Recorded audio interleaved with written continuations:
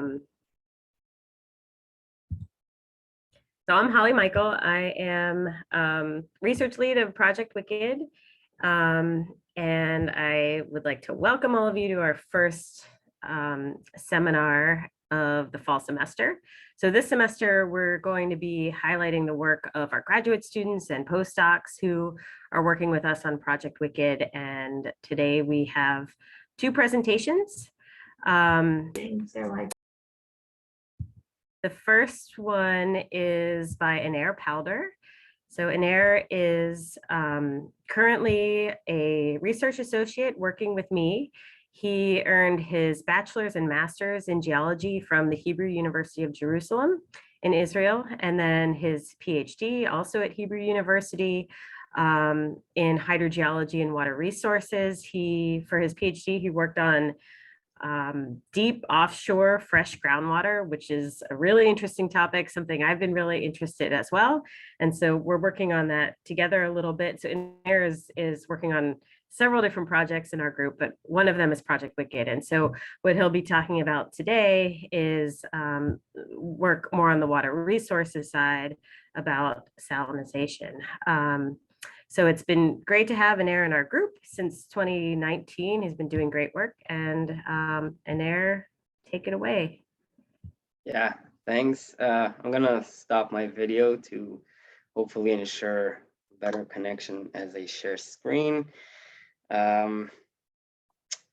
me quickly share my screen. Hopefully you can see the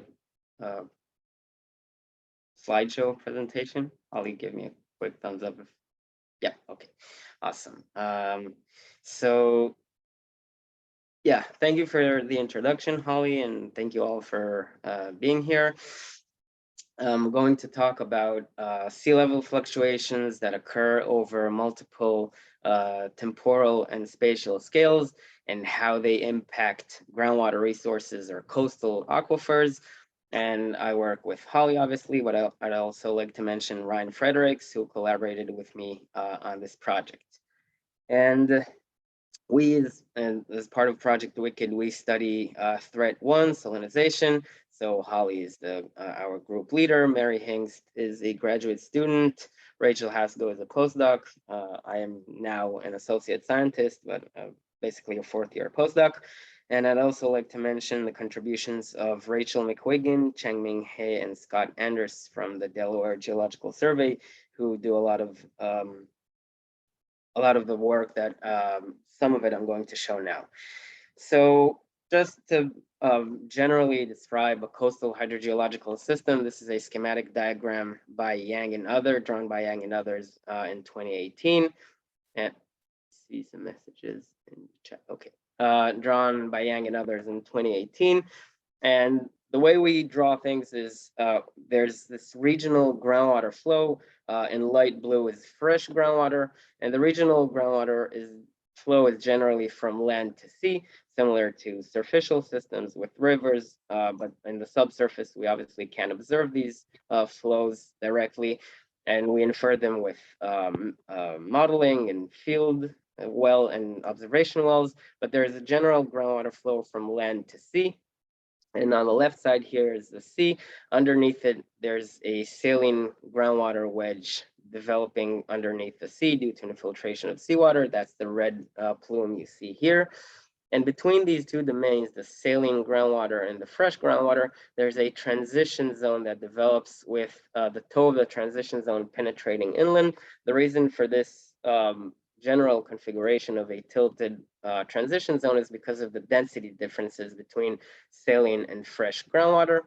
And when we talk about alterations to the salinity of coastal aquifers in a holistic matter, in a holistic way, the first process that we typically focus on is changes in the location of this pink transition zone. And this can be induced due to changes of the hydrogeologic regime or this regional groundwater flow. So for example, if there's excessive groundwater pumping, you reduce this groundwater flow and the interface or the transition zone may be pulled inland, effectively salinizing portions of the aquifer. And the second salinization mechanism is vertical salinization. So when seawater is trapped on the surface, it potentially infiltrates the underlying aquifer and salinizing portions of it. And that entrapment of seawater on the surface of the land side can occur over multiple timescales with multiple processes, tides, storm surges, and more. And this is, as I said, a schematic diagram, but specifically in Delaware, we see these confounding processes occurring. And this is from Mary Hinks' work on the Dover area. So this is the Dover well field, and the colors on this map represent different land use. So urban is obviously all the Dover city area. We have forests and ag fields and barren land on this map. And apart from different types of land use, there are different types of water uses, which somewhat in some way correspond to the different land use. Obviously, in ag fields, there's a lot of irrigation ponds. In the city, there's a lot of urban water use. And these competing water uses, together with the natural processes, have confounding effects on the salinity of Dover water resources in the Dover area. So just to show you a couple of examples, these are all plots made by Mary from her field observations. And in different places, the vertical axes here are all a proxy for salinity. We measure specific conductance, but it represents water salinity. And what I want you to notice is that in different places, there are different trends and salinities and different frequencies over which water salinity fluctuates. So in this tidal streams, obviously, we see very high frequency fluctuations with tides, but also longer term impacts of seasonality and storm surges, and also singular events that affect the salinity.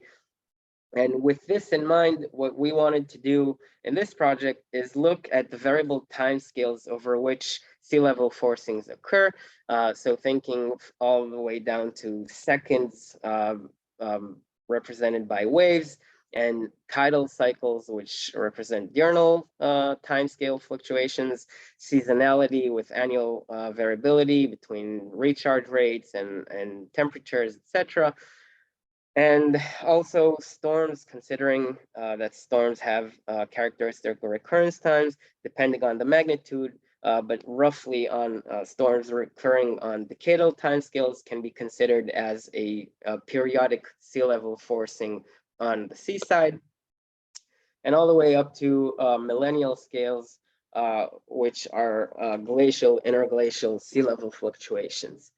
And we wanted to see how these multiple cyclical processes that occur over such a wide range of timescales, how do these impact the salinities of the salinity distributions in coastal aquifers? And to tackle this question, we used a hydrologic model called hydrogeosphere. This is something we do a lot in our group, mostly modeling and field work. And I will just turn off the laser pointer to, yeah, that's not working. Here we go. Okay, so I'm going to show you the video of the simulation. This is a surge simulation.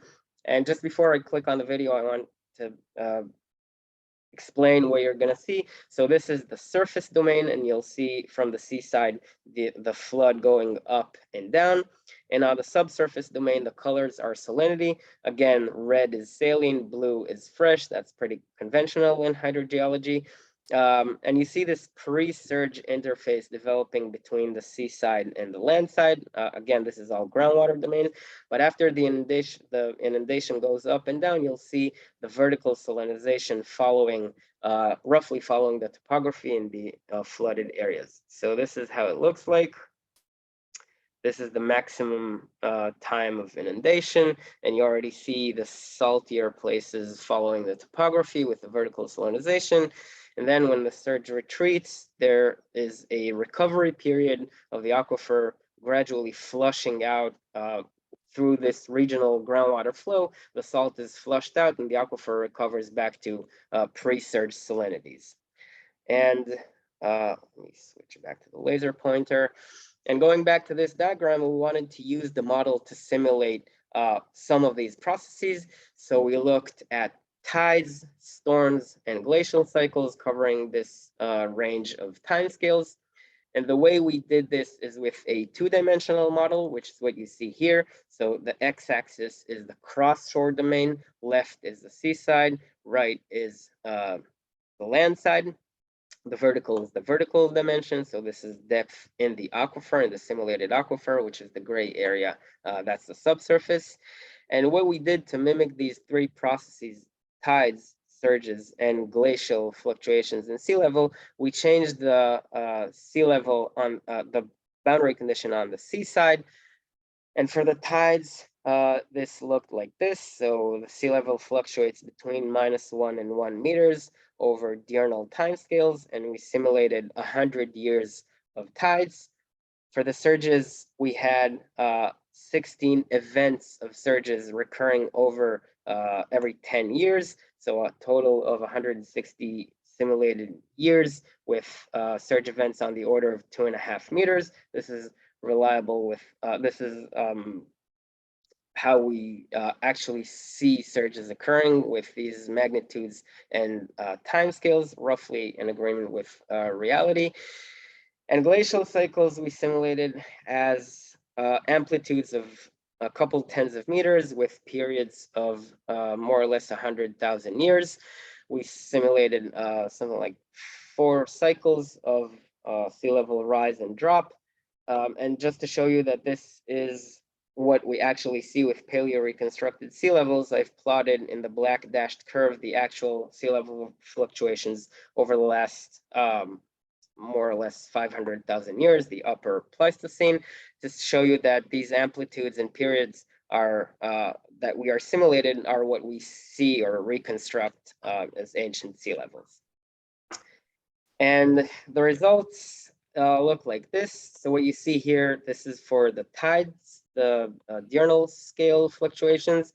The blue curve is the sea level, the simulated sea level, and it looks like a blue rectangle just because of the scale. This is 100 years of fluctuations. If we zoom into here, this 10-day period, that's exactly what I showed you in the previous slide, the sort of seesaw pattern between -1 and 1. And the black curve is the interesting thing to notice here. That represents the total salt mass in the aquifer in normalized values. So a value of 1 is the steady state value, or the total salt stored in the aquifer without considering any fluctuations, or as simulated with a steady sea level. And you see that at time 0, when we start incorporating the fluctuations due to tides, there's this long-term and increase in the average salinity of the aquifer. That's the black curve here. And it ultimately stabilizes on a value of total salt in the aquifer that is roughly 60% higher than that simulated without considering the tides. And how does this look like in the actual model and the salinity distribution? So I'm going to show you the final time, the final simulated time when the sea level is back at 0. And this is how it looks like. So again, the gray is the subsurface domain, the aquifer. Black contours are the transition zone between the saltwater domain and the freshwater domain. This is the seaside and this is the land side. And black is where we started with when we simulate this system without tidal fluctuations. Blue is the transition zone after 100 years, and this time marked here with the black circles. So we see that the tidal fluctuations in sea level caused the transition zone to migrate inland and to widen. So the distance between the blue contours is higher than the distance between the black contours. And this creates this excessive salt in the aquifer, this higher value of salt stored in the aquifer. And I labeled this persistent just to remind you that this is not something that fluctuates with the fluctuations in the sea level. How does this look like for the storms? Again, the blue is that sea level fluctuation, 2.5 meter storms over 160 years. And the black curve is the total salt. And we see that after each surge event, there's a peak in the salinity, followed by that recovery period of the aquifer that the salt is gradually flushed out, is slowly flushed out. But before the salt is entirely flushed back to a pre-surge condition, the following surge adds more salt, and there's this overall buildup of salt in the aquifer such that it stabilizes on a higher value overall average salinity by about 15 to 20% higher than without simulating surges. And again, to show you how this looks like in the model itself, I sampled this final time step when the sea level is back at its zero elevation or steady state elevation. This is again how the differences in transition zone looks like. So the highest salinity contour is roughly co-located with the initial conditions. There's not much movement there, but the low salinity contour moves inland and widens mostly at the top of the aquifer. That's because we add more and more salt from the top through these inundation events that go up and down. And again, this is a persistent effect, right? It is fluctuating as we see with the seesaw pattern. It is fluctuating in some sense with the fluctuations in the sea level with the surges, but there is an overall effect on the average salinity in the aquifer. And lastly, the glacial cycles, the millennial scale fluctuations. This is, again, the blue is the sea level, the simulated sea level, and the black is the total salt mass. And what we see here is, as opposed to the previous two simulated processes, here the fluctuations in the salinity of the aquifer are in phase with the fluctuations in the sea level. In other words, the timescales over which these changes occur are large enough for the aquifer to stay in phase or to respond quickly enough with the sea level such that there's no overall increase or no overall long-term change in the average salinity of the aquifer. However, what I want to stress is that the peaks in the salinity are higher than this base value of 1. So we started with a certain volume or certain mass of salt in the aquifer before we incorporate the glacial fluctuations, the glacial interglacial fluctuations. And when we start incorporating these fluctuations, the peaks are higher than this 1 value, meaning that we potentially under-predict the salt mass in the aquifer. And again, to see how this looks like in the model, I'm going to show you this time step when the sea level is back at 0. And this is how it looks like. So the transition zone that we simulate between saltwater and freshwater initially is these black contours.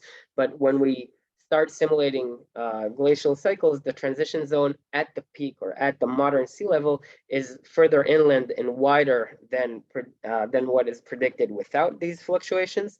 And this is related to a rebound effect, so that when the sea level rises and the transition zone keeps in phase with the sea level, there's initially an overshoot effect that the transition zone reaches further inland than its location with a stable sea level. And this is something that's been shown previously, both in numerical simulations and in physical experiments. I labeled this temporary because, again, this transition zone fluctuates with the sea level, but it is a very important process to consider because think about model predicted salinities in coastal aquifers that we would predict the transition zone to be somewhere in this black area, whereas in reality, since we are still in a part of this cyclical forcing of glacial fluctuations, it could potentially be here. So for assessments or predictions of actual salinities in coastal aquifers, this can be a very important effect to consider, although it is temporary and it does not have a long-term impact on the average salinity. So to conclude, I started by showing you some confounding effects in the Delaware coastal area and the changing environment of coastal Delaware and how these fluctuations occur over multiple spatiotemporal scales. And when we discussed our simulated processes in this project, I showed that the average salinities may be impacted or may have a long-term impact by high frequency cyclical changes such as tides and surges. Those were the two first simulations I showed.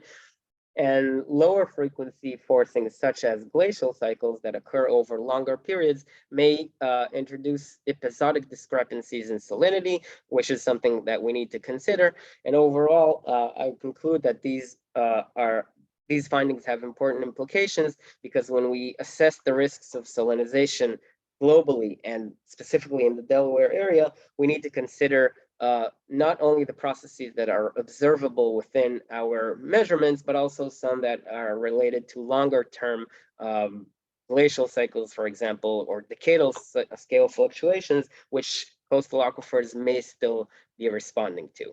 And if you have any comments or thoughts or questions, I'd be really happy to get in touch. So feel free to shoot me an email. And thanks.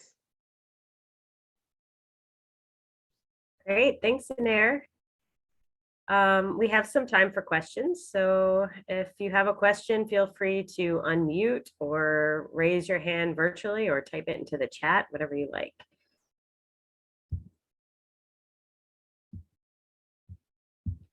Jeanette? Thanks for the really nice presentation. I was just sort of thinking if I were a coastal water quality manager and you were to sort of give me your best advice about what's happening on the ground here based on the work that you and the team have done, you know, how would you boil down our water quality situation sort of now and going forward? Yeah, that's a great question. And I think this strongly depends on the location where you're referring to, because as Mary's work showed, and I don't want to steal too much of Mary's work, but there are competing water uses in different places. So urbanized area may be experiencing completely different processes, different salinization processes than, for example, barren land. And I would say that perhaps the human-induced fluctuations or the human-induced salinizations, for example, from land use changes, or with that in mind, human alterations to land use and through pumping is perhaps the most impactful process to consider, because we are changing the hydrogeological regime, both through directly pumping groundwater and pulling seawater in further, saltwater further inland in the aquifers, but also through indirect changes to the general environmental parameters that, as I showed, control in a confounding way the different salinization mechanisms. So I'd say it's a site-specific question to your answer to your question, but overall, I would start with the human-induced alterations to the groundwater regime, land use changes, pumping, etc. Thank you. And that's actually something that Anair is working on as well, is trying to develop typologies for vulnerability and map that all along the East Coast and the Gulf Coast of the US. So you might hear more from him later on that. Manan. Hi, thanks, Anair, for the presentation. I had two questions. You can choose to answer them later if you're running short on time. But my first question is about the slide where you showed the ground observations. There were 4 charts. And I was just curious because I had a presumption that groundwater networks are usually very well interconnected. So we would see fluctuations in synergy. But when I see the plots of where the salinity is peaking, I see in the map on the left that spatially they are not that far to have this much difference in peaks, the timing of the peaks. So I don't know what insight you have on these observations about that. Yeah, that's a great question. And I will say that Mary is now modeling all this. And I think Mary's modeling results could potentially answer your question much better than I will. And since I don't want to steal Mary's work, I will say that this is exactly what Mary's PhD is all about. How these different land use types and different alterations, both human-induced and naturally induced, and these tidal streams, how these create exactly what you're talking about. How locations where intuitively you would have thought that are sort of in phase in terms of the salinity are completely not in phase, and what controls these spatial variations on such small spatial scales. And I see a comment in the chat by Mary. Yeah, December. so Okay, I was gonna say that I think cool. Mary's presentation is gonna be in December, and she's gonna talk about this a lot. So Yeah. I really recommend Sure, tuning into definitely. Mary's Because it presentation. looks like for every different kind of land use, there is a different driving force for the peak in salinity. And it's all environmentally powered, so it would be super interesting to see what's driving what. Nice. My second question is about the slide where you were showing the transition zones of the high frequency cyclical forcings. Next one. Next one. Next one. Yes. So in this one, the transition zone has completely shifted to the right, and it has broadened a little bit, right? Yes. In the chart on the right. And if you go on the next section where of annual seasonality, here the left contour of high concentration still remained at the same position, but the right one shifted and broadened more. Do you have any insights on why the shift has not happened for the left contour in the first place? Yes, that's a great question.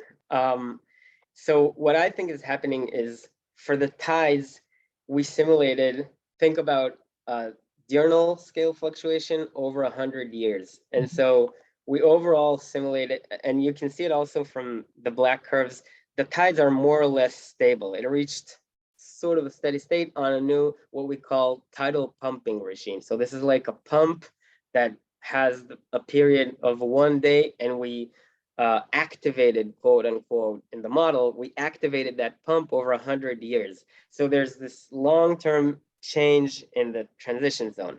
Whereas with the surges, we simulated 16 surges, and you can see from the black curve that it has not completely stabilized yet. But what we see is that the addition of salt from the top is better pronounced than the bottom aquifer. And the reason for that is, I think, because think about the fresh water or fresh groundwater flowing from the bottom, and it generally goes below the added salt from the top. And so you have this sort of intricate structure which may stabilize if we run this further for say another 150 years. It may look similar to the tides, but there's this sort of what we call in hydrogeology an upper saline plume that's very characteristic of coastal aquifers with these multiple forcings.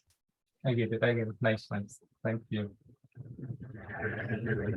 Thanks everyone for the nice questions. Our time is up, so we'll switch to Sean's presentation, but if you have any other questions, like Anair said, please feel free to contact him. So next, I'd like to introduce Sean Fettrow. Sean is a PhD student working with Angelia Seiferth in plant and soil sciences. He got his bachelor's at Penn State Altoona and his master's in applied geosciences at the University of Pennsylvania. He's also worked in consulting, I believe, so he has some good professional experience. And Sean, I've had the pleasure of collaborating with Sean over the past couple of years on a couple of different projects, and now he is a Denon Fellow, so supported in part by Project WiCCED. And Sean, I'm looking forward to hearing about your work. Thanks, Holly. Really appreciate it. And thanks everyone for being here. Let me share my screen here. So for today, I put some slides together that focuses on some of our recent work that's a part of the Critical Zone Network and NSF grant that Holly's the lead PI on. Our particular component at Angelia's lab is looking at how sort of the biogeochemistry of these coastal soils are changing as salt marshes migrate upland into both forests and agricultural areas. And so before we jump into, I guess, some of those specifics, I have some just intro slides to coastal ecosystems. Get rid of this part.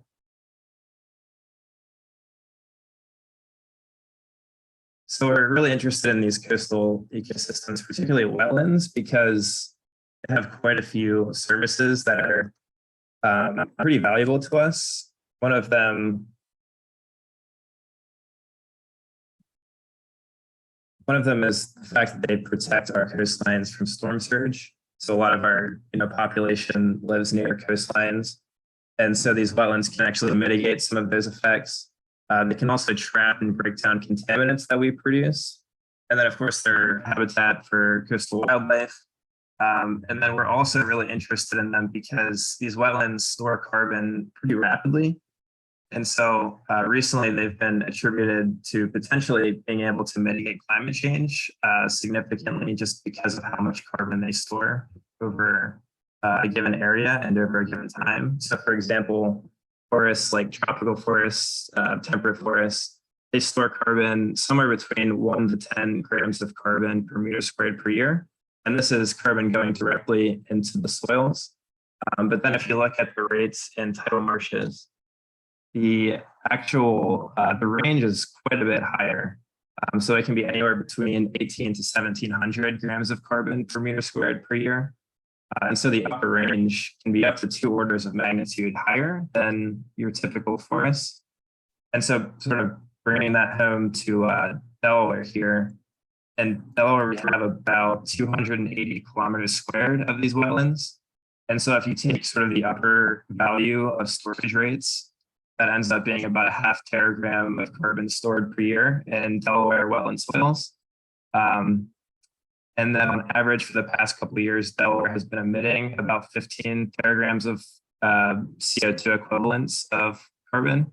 And so if you just divide those numbers, the marshes in Delaware can mitigate up to 4% of these carbon emissions. And so just the climate mitigation potential alone makes these ecosystems pretty valuable. But one of the, of course, the main issue is that these ecosystems are being lost pretty rapidly.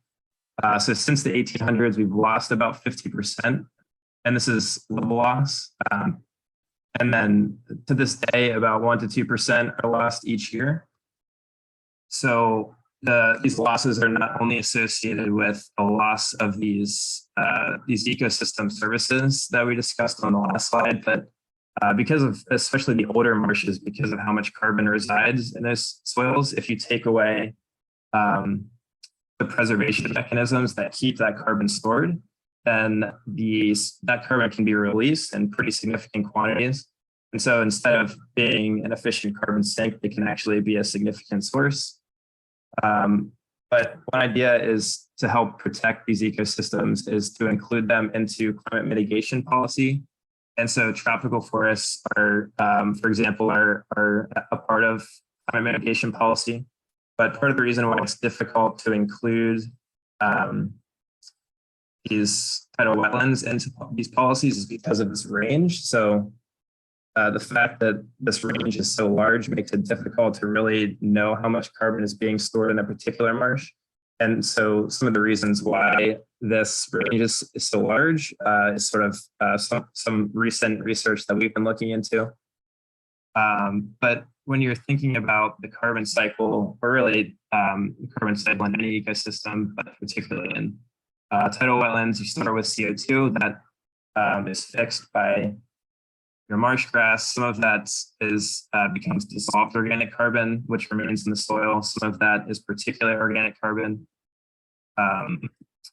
Some of this attaches to soil particles, and more so in tidal wetlands than a forest, because we'll talk about in a bit, the preservation mechanisms are better suited in marshes. Some of this carbon remains in the pore water.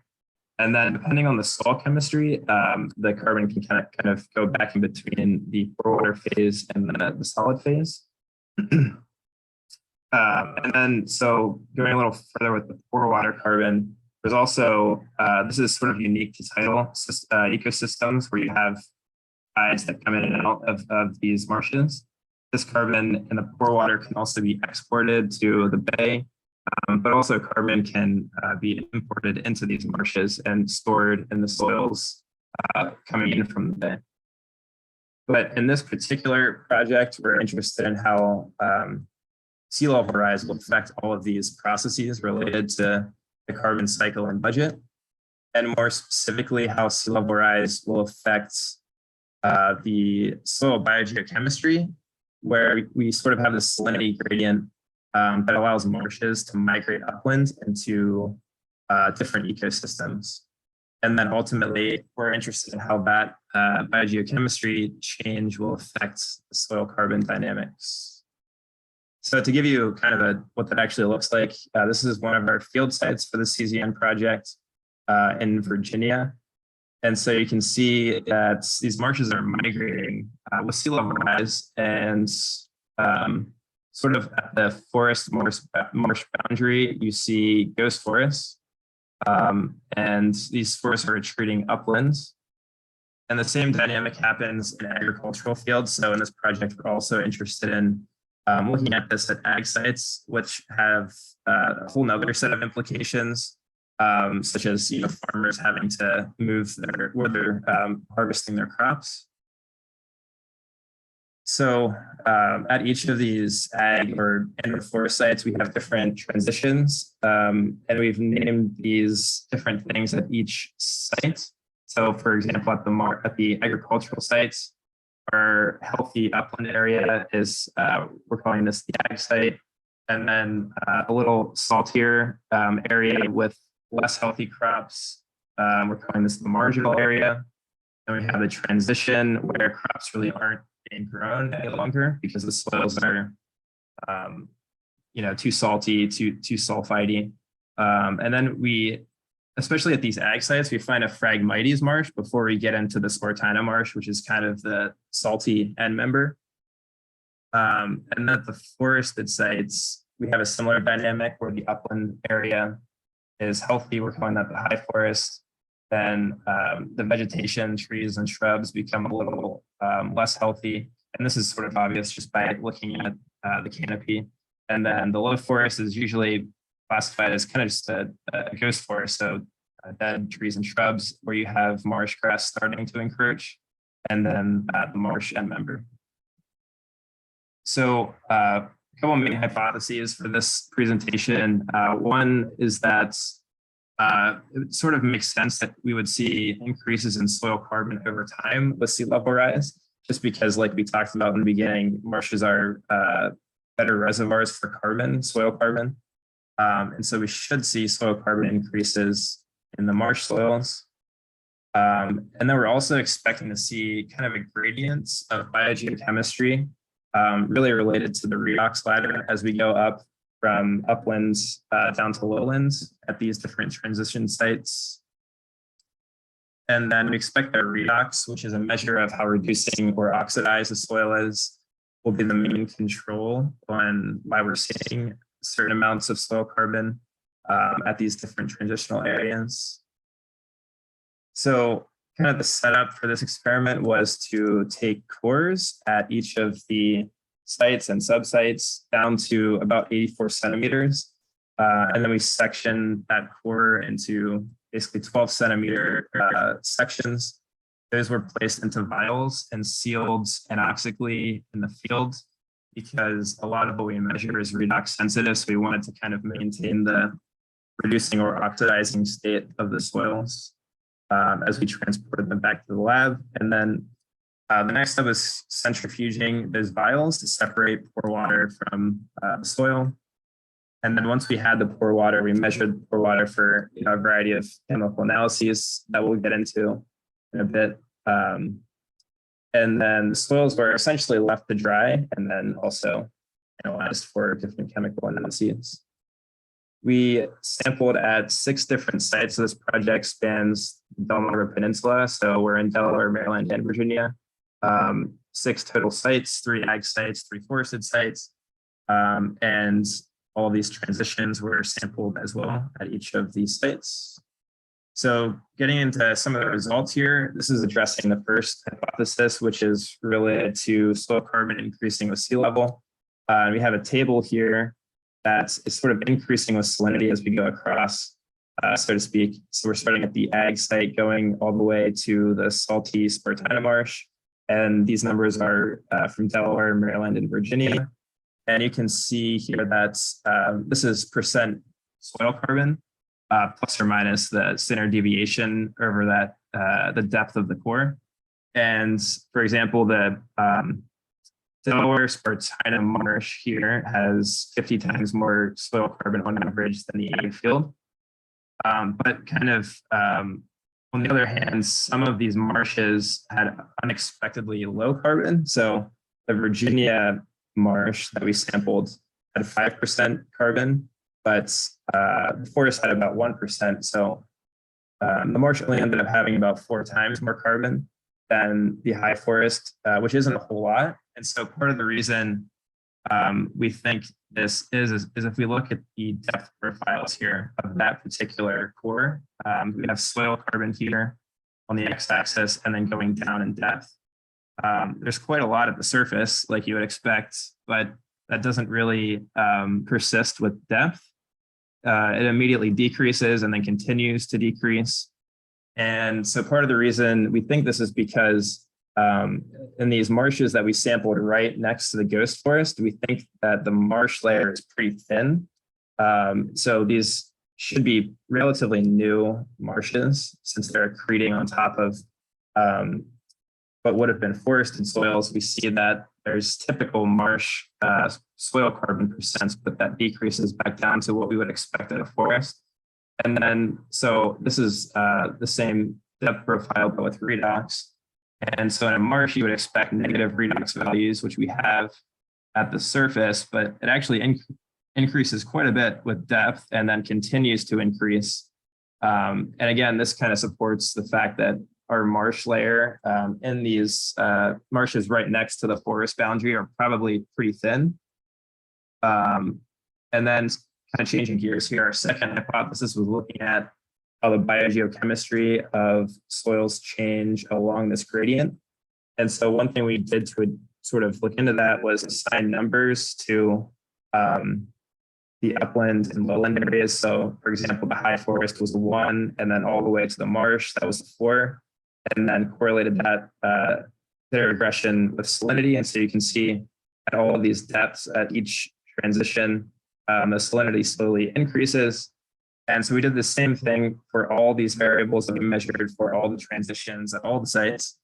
And this gives you good site-specific information on how biogeochemistry is changing across these transitions. But we want to also know broadly how this changes sort of across all sites, across all transitions. So we did stepwise regression to sort of pull out variables that correlate well across all 6 sites across these transitions. And it turns out these are the variables that come out of the model. And so if the number is negative here, that means there's a negative correlation or estimate between upland and lowland. If it's positive, it's a positive relationship between upland and lowland. And so, for example, soil carbon increases towards the marsh, as you would expect, and then redox decreases. So decreasing in oxygen in the soils as we approach the marsh, increasing salinity. E2, E3 is a measure of the molecular weights of dissolved organic carbon. And so this is inverse to molecular weight. So we're actually increasing molecular weight and dissolved carbon as we approach the marsh, which kind of tells us that the carbon is sort of less degraded, which also that sort of lines up with salt marsh preservation. SR is slope ratio. So that's a measure of terrestrial versus marine derived carbon. So carbon coming from phytoplankton versus plant derived carbon like lignin or cellulose. That's increasing towards the marsh. Silicon decreases. That's usually sourced from upland areas. And potassium increases, which is a salt. So that, of course, increases towards the marsh.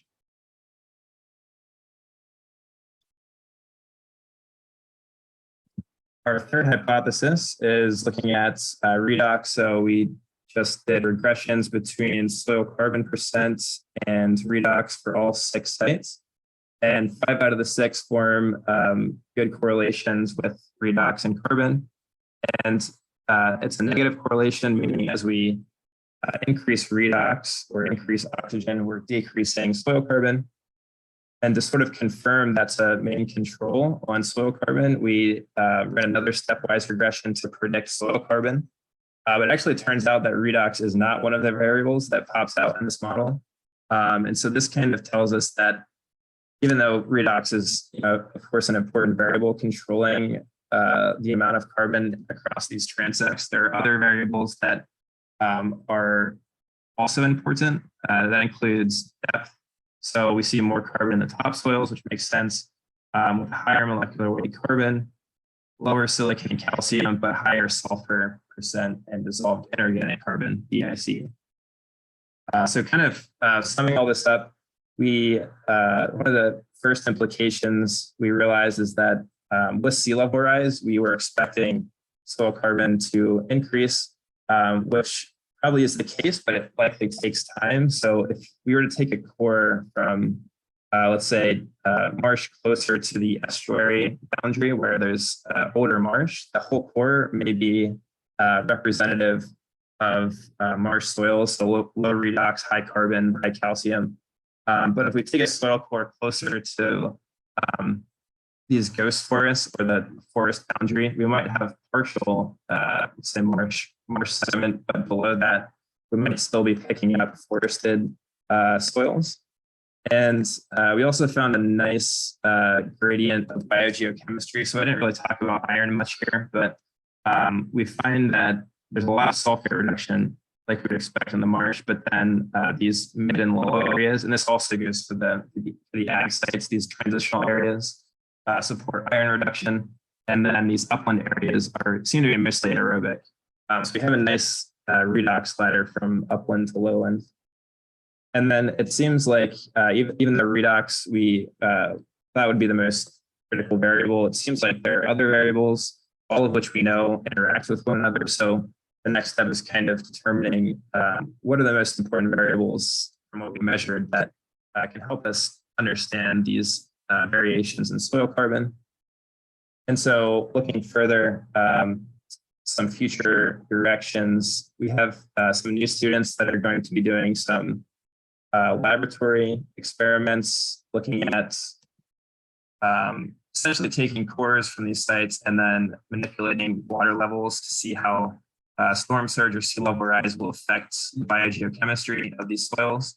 And that information could potentially be fed into Earth system models that essentially predict how these ecosystems might change under future climate scenarios. And with that, I would like to thank the NSF and Denon for funding, CZN, soil testing program, and MCL at UD for analytical help, and also the Safe Earth Lab. And I'll take any questions you guys have now. Thank you. Fantastic. Thanks, Sean. Questions?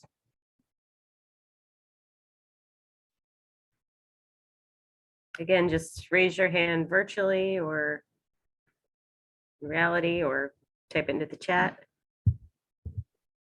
I can get us started. I have questions. Great presentation, Sean. Really good results. So I'm curious, I have a couple questions about the thin layer of carbon in the frag zone.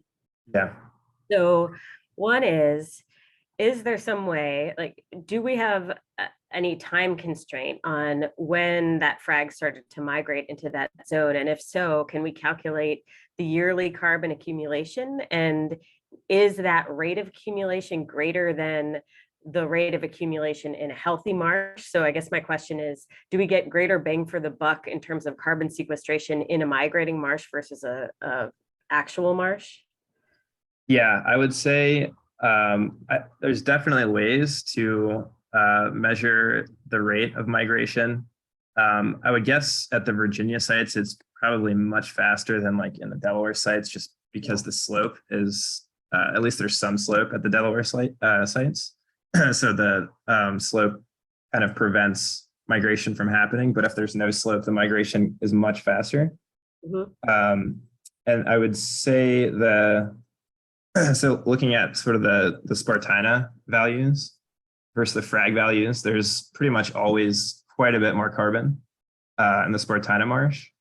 And so I would say the Spartina marsh is probably much older than most of the frag marshes.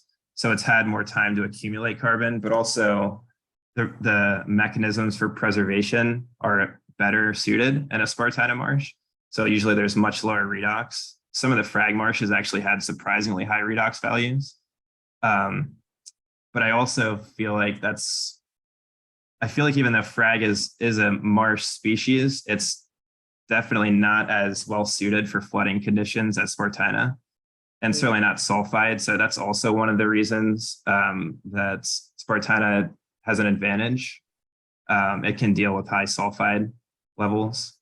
Sulfide also helps to preserve carbon as well, in a few different ways. But one is just because it's a less energetically favorable compound to reduce, therefore respiration is slower. So carbon can accumulate a little bit faster in the Spartina marshes. Interesting, thanks. I could follow up, but I'll let someone else talk. Kent, you have a question? Yeah, I have a question. Oh, wait. I think you should mute and talk on mine. We're Kent and I are in the same office. So thank you for a great talk. Appreciate the information and the knowledge that you're generating. Two kind of questions. One is, when you're doing the regressions, do you look at interactions to see if there's some factors that are building upon each other or interact in certain ways? And second, to get a general question about what you found most surprising out of this research that you've done so far. Yeah, so there's definitely interactions. That's kind of one thing that I'm working on now. I'm trying to build a structural equation model to see basically find the best way to explain how sea level rise is affecting biogeochemistry and how that biogeochemistry then affects soil carbon. And so there is just from some models that I ran, there is quite a lot of interaction. And when you're doing like this structural equation model, that can be an issue because it's sort of it doesn't like collinearity. And so I've sort of been looking at variables that essentially explain the same thing and trying to isolate which one is more important, and sort of knock out the one that's not as important to sort of build the best model possible without explaining the same thing twice. And yeah, I'd say the most surprising thing is probably related to this thin marsh layer idea. I guess my previous experience was in other marshes where the soil carbon is pretty consistent with depth, essentially a straight line, which is actually not, this is more exciting because it does actually change quite a bit with depth. So I was surprised to see, this is usually what we see in like forested soils where, you pick up a lot of roots at the surface, but a lot of that carbon over time does not remain with depth.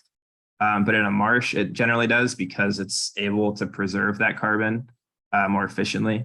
But I think in some of these newer marshes, it's sort of getting to the point where it eventually will store the typical amount of carbon that you would expect in a marsh. And so that was something that I wasn't necessarily expecting, but now it sort of makes a lot of sense in these newer marshes. Great, thank you.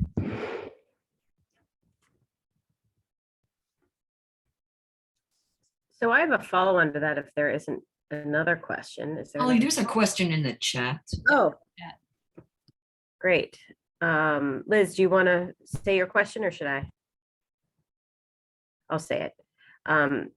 Liz says, very cool presentation. Do you have any ideas about whether it is easier for marsh to migrate into forest or ag? Great question. Okay. Yeah, I'd say it's probably more important to think about the slope as opposed to the ecosystem type. So slope is I'd say one of the main variables controlling migration rates. And so that's the slope between, let's say, the marsh and the high forest. If that slope is essentially 0, then anytime you get a storm surge or as sea level rises slowly over time, marshes are going to migrate more quickly than if the slope was, greater than 0. And so, yeah, I would say that it's probably not as important to think about forest versus ag, although there's more vegetation in a forest, which could theoretically stop some of that migration just from, the sheer fact that there's more trees and roots in a forest than an ag field. Yeah, sorry if I didn't answer that well, but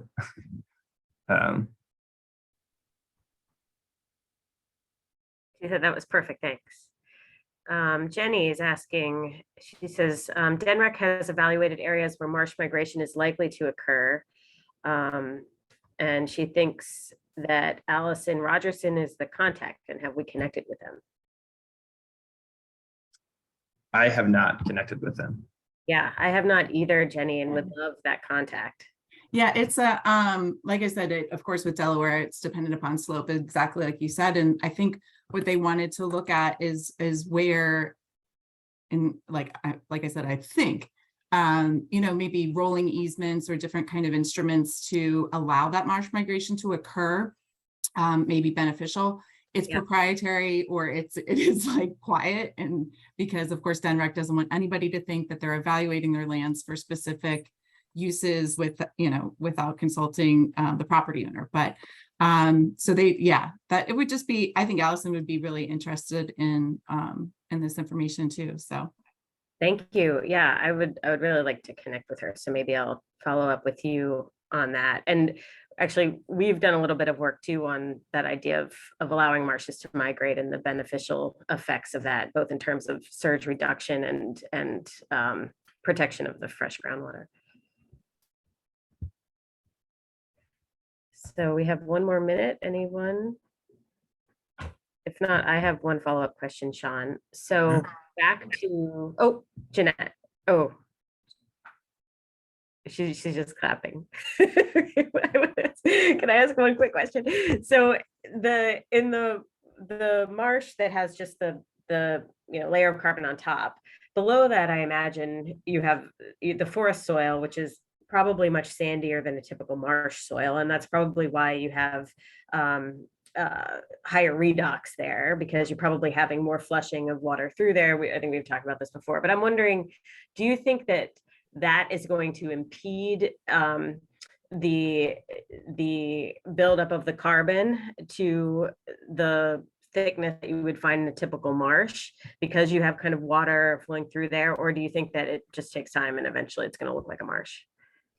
Yeah, I'd say that so like dissolved carbon that's able to get down to those layers from the marsh, I would say in that respect it would, because I would imagine any dissolved carbon that makes its way down to those forested soils would be quickly degraded, because the redox was quite high. And so there's definitely oxygen down there. So there's definitely aerobes. And I know that in a lot of marshes, DOC from like root exudates is very high. And that's one of the main ways that carbon ends up getting into the soils. So I think any carbon that gets down to those forested soils would definitely affect the amount being stored over time. But I suppose once there's enough, once there's a thick enough layer to prevent that DOC from getting into those oxidized areas, it might be better suited for preservation. I would imagine at that point it would probably turn into a Spartina marsh as well. So even though I say marsh here, these are mostly frag marshes. That's part of the reason why we ended up putting another sub-site at the ag sites, because I noticed that not even just the vegetation was different between frag and Spartina, but just the biogeochemistry was very different as well, which explains why one particular marsh grass can exist while the other can't in salty, sulfide conditions. But yeah, I would definitely say it would affect that profile of carbon. Right. Thanks, Sean, and thanks both Sean and Anair for being our first seminar of the season. And thanks everybody for coming. Good to see you all. Thanks, Holly. Bye. Thank you.